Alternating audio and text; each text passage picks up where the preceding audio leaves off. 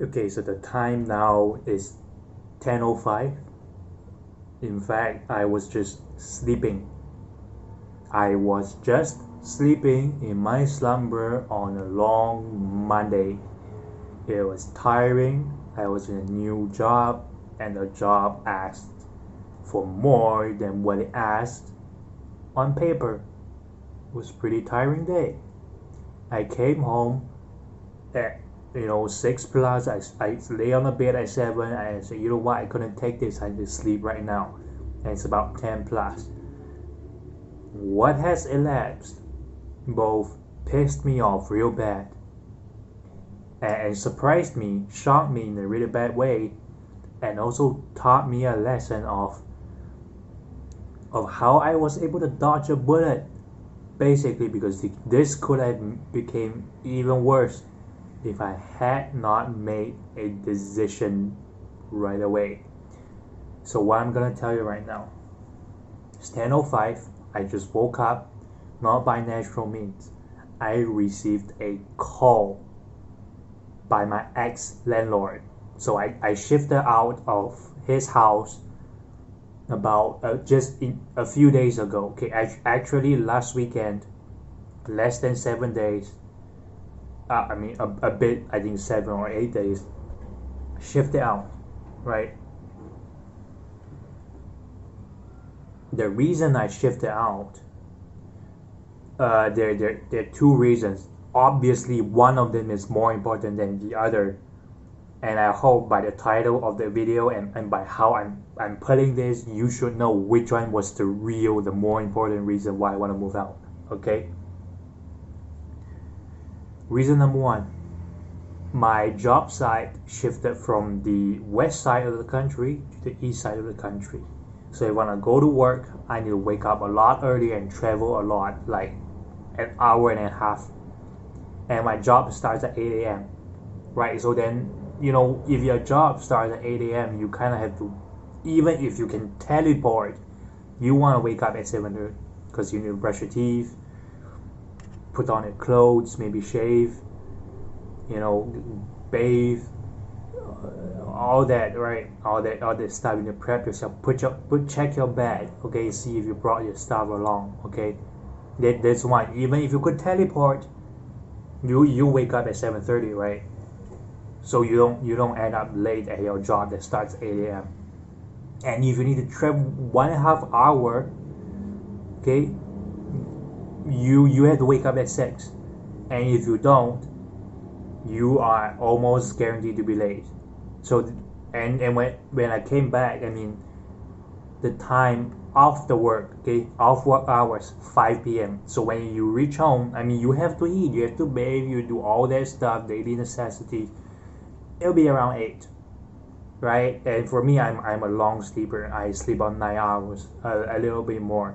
So you see, you barely have any time because if you want to wake up at 6, you have to sleep at 9. There's 9 hours, right? And by the time you're done with everything, it's already 8. Okay, you'll be using your computer for whatever reason. Probably not, because you are not gonna be able to sleep at night, right? That's reason number one. The working hours demands that I need to shift. The second reason, as important as reason number one, I want to tell you the second reason, right? So he has two tenants. One is me, one is this other guy. Okay, this other guy was one of the nicest people I've ever met. He never argues with anyone on anything. Doesn't matter if he's right, and he always does it. He always do the thing that was the right thing. He never argue. He never fight back. Even though if someone wronged him, he never fall back. He doesn't fight back. He's that type. He'll just do the right thing.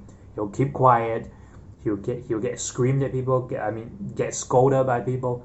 He will not argue. He will not shoot a video like this. He'll just take it and he'll keep doing the right thing. He's the definition of the Mr. Nice, Mr. Right. Okay, he will do the thing. He won't argue. He won't complain, even if he's completely treated completely unfairly. Hey, he's one of the most textbook nice person I've ever met. Okay, about a month ago, slightly more than a month and a half, right? Freaking 11 p.m. You know, as usual, I was asleep, and him, the landlord, the ex-landlord, and his wife. But I bet his wife didn't want to do that because his wife is very nice too. But he wanted to do a room inspection. All right, and he didn't start with me, so he started with the other tenant first. And they like to do this surprise room visit thing. You know, sometimes they go into your room without your permission when you're out and about. So they just go in, and when you came back, oh, you didn't close your window, you didn't tidy the bed sheet. Why did you clean the bed sheet? You should wash your bed sheet every once a week. You should sweep your room. You should wash your toilet. That was not disclosed to me upon rent. But the other guy has been cleaning the toilet every week for the whole time. He has been doing that. Okay, he has been cleaning the toilet all by himself for the whole time, for like 5 months straight. Every single week he has been doing that. He never complained to me. He never asked me to share the load until the landlord told me to share the load with him. Okay, but that's something else. So on that day, 11 p.m., this guy did a surprise inspection because I don't know. I mean, do you want to tell us beforehand so we can like clean it up or something? But no, he did a surprise inspection and started with him. And I know for a fact that guy is about, you know how big an ant is and how big an elephant is? If you can put that on a scale of like cleanliness, that I will be the ant and he'll be about several dozen elephants. That's how clean he is. He is very clean. He's very tight. Dude, he washed toilet every week without complaint. Like, he's that type of guy who is clean, right? Ex-landlord went in, and how I know he went in and all this fiasco because he screamed at the top of his lungs. Why did you put this here? You shouldn't have put this here. Put it on the inside the wardrobe. And it's like, whoa. I mean, like, yeah, but I kept the place clean, you know, like, there's no dirt even though I put it here, but like, I thought this, like, my room, like, nobody really sees it, and I keep the place clean. No, this is my house. This is my house. Okay, you can't do this. And he was incredibly clean. Like, you cannot pick on this guy. You don't have the face, okay? Like, a regular person will not have the damn face to pick on this guy. He's that clean. You can pick on him on other things, not cleanliness, man. What about it? That guy got picked apart. Not one chip, not one piece of skin was left on his face after that whole ordeal was done, and it lasted like 30 minutes. Screaming, whining, accusations, blaming, guilt trips. And he even said, you know what? Your girlfriend is coming at March, right? Oh, by the way, now it's April, right? Oh, your girlfriend is coming in March? Okay, so I guess by March you can move out. Yeah. And when you move out, you're gonna pay me another $200 extra because you use a little bit of space in my storeroom.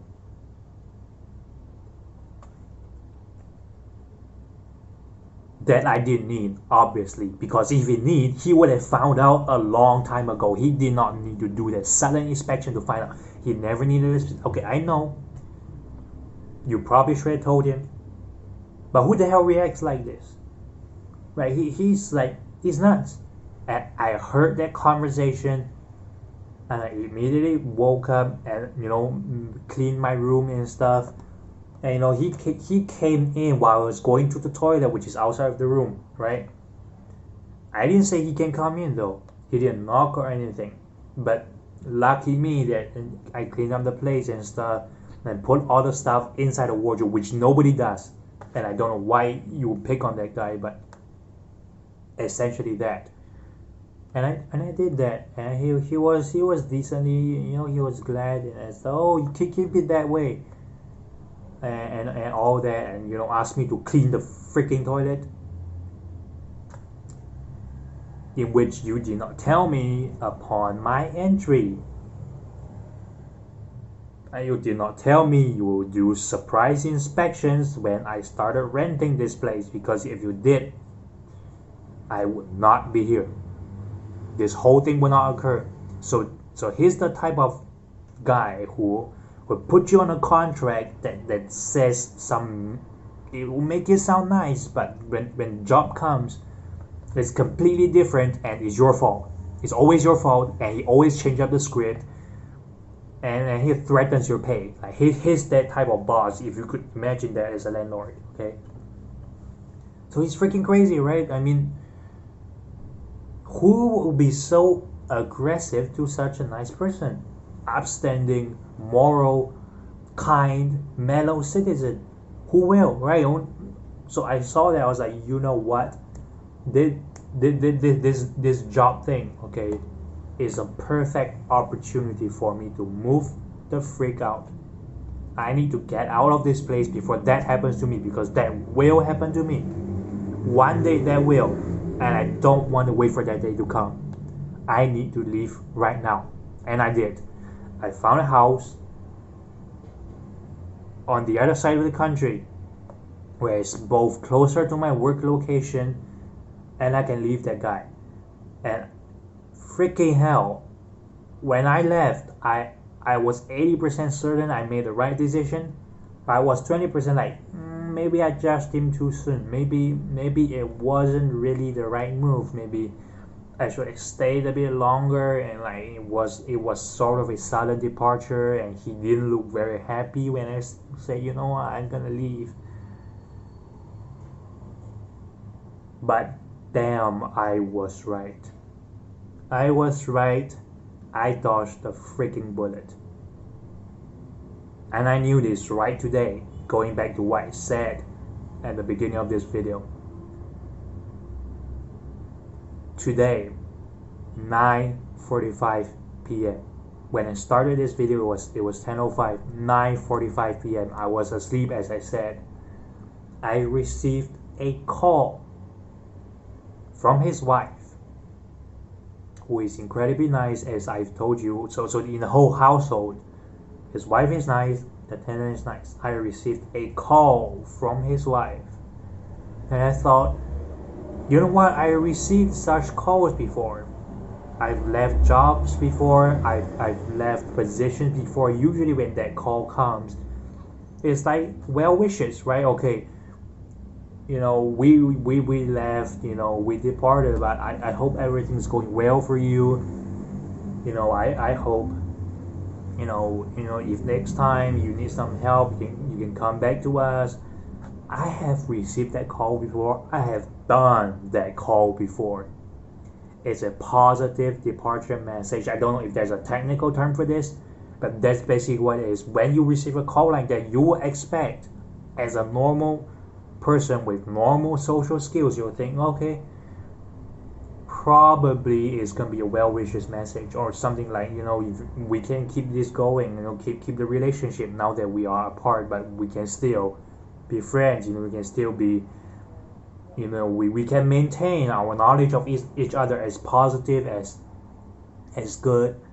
Okay, now I just got woken up by this, and in my mind, that is what I was expecting, right? And I picked up a phone, right? Imagine I was in slumber. I slept from 7 p.m. to 9:45. That was how tired I was after work. It's Monday, by the way, so she called. I was on the phone. I said, yeah, hello? And she's like, why did you put the key in the shoe? I was like, oh, I thought I told you that. So yeah, what was that issue? And she's like, yeah, my husband, he wore the shoe to work, and the whole day he felt something in his souls, right? And he's not really happy about that. You can't really do it like this. And my first reaction is, and I hope you guys aren't sensitive to swear words. I was like, what the hell? I was like, what are you talking about? Yes, I did put it in the shoe, and I did send you the message. Maybe the message was kind of late, and you didn't receive it, or he had done that before he was made known of that issue, right? I don't know for him. For me, if there's one small grain of sand in any of my shoe, and I put that thing on and I started walking, I would immediately know that there's a piece of sand this small, 1 millimeter in diameter, okay, a 12th of an inch. I would know there's something there, even if it's a small piece of sand, and I would know it. I would take off my shirt and clean it out. What she told me was his husband, right, walked on a pair of keys the whole day and didn't realize it was there, and only when he got home he realized it was there. That is complete bullcrap. That is unbelief. That's against biology. That is bullcrap. That is a lie, and that's a lie to do what? To whine on me, to find a reason to argue because he was not pleased. That's it. It was a good enough excuse to make this guy, make his wife, who did not want to take this call, to take this call for him. And I picked up, and she didn't know how to handle it because she didn't feel the way that he felt. So she stumbled here and there, and she passed the phone to her husband, and her husband just went off. And I gave him the reason. He's like, why would you do this? You know what? I didn't really want to make you wait for my schedule because I work pretty late hours. And honestly, I don't really want us to accommodate, and I want to leave on a good note. I don't really want to meet you again after I've exited a relationship. It's not a good idea. Like if you're in a boyfriend, girlfriend, or you're an employee relationship, you just leave, and you just leave quietly. Don't argue. Don't let's schedule this, let's schedule that, let's have a talk, let's we'll come back, return the stuff, and then when you do that they want to talk to you. Oh, why did you leave? Come on, I mean, it's pretty nice. I mean, you still have the key, right? Like, come on. I don't want any of that, and I just want to leave quietly on a good note. And I did, quietly and on a good note. Most people I've ever met are absolutely fine with this. Even if my method wasn't the best method, okay, you guys could say, okay, oh, maybe that's not the best way. Sure, I can accept there are better alternatives out there. There may be, and in fact, I would be able to accept there probably is. Let me finish. That's not why I'm making this video. Who in their right mind will make up a fake excuse to call someone at 9:45? You have been working for 20 years. This young guy, 20-something-year-old, just stepped out of society. He's experiencing turmoil. He's experiencing difficulty. You were from 20 years old. You came from there.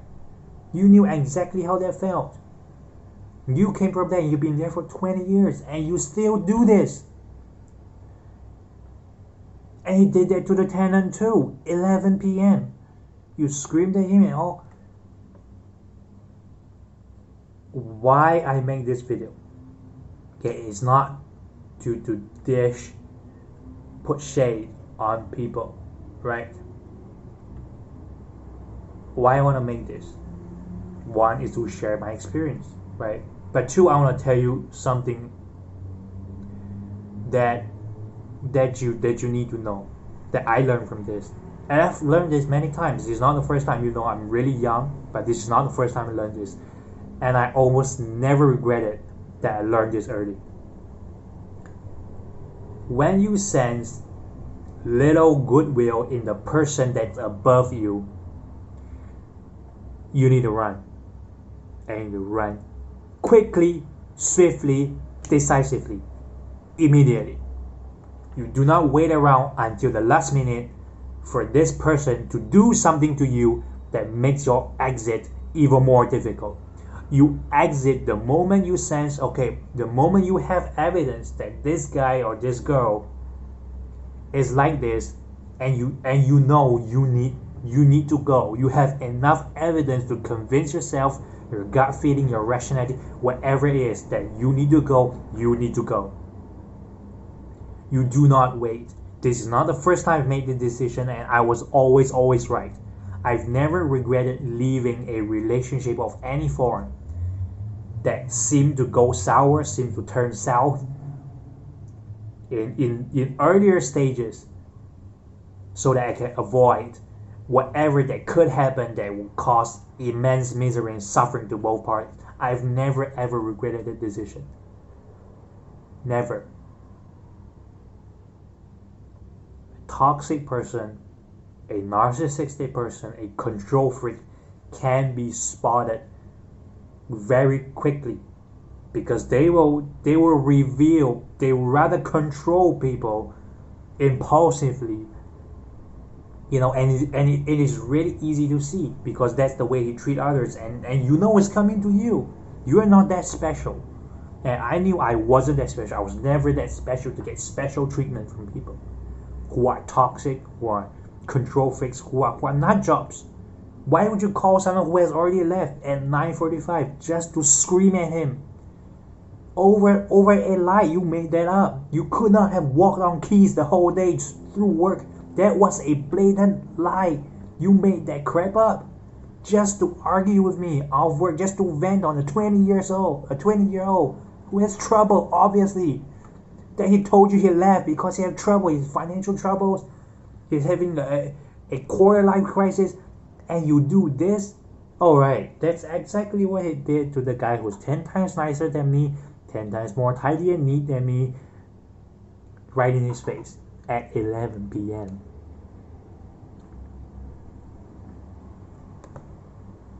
So, I hope after you watch this, 20 plus minute video, that you learn something from this video, right? If you haven't, and if you're in any similar situation that you really need to be doing something, and I'm telling you need to do something about this, and that something is to get the hell out of there by whichever means necessary, and unless you're like gonna literally starve to death, or your family are gonna starve to death, barring extreme consequences, you need to leave, because otherwise there will be extreme consequences anyways, and it will be worse than if you just depart right now from this relationship, from whatever that similar thing you're experiencing with me.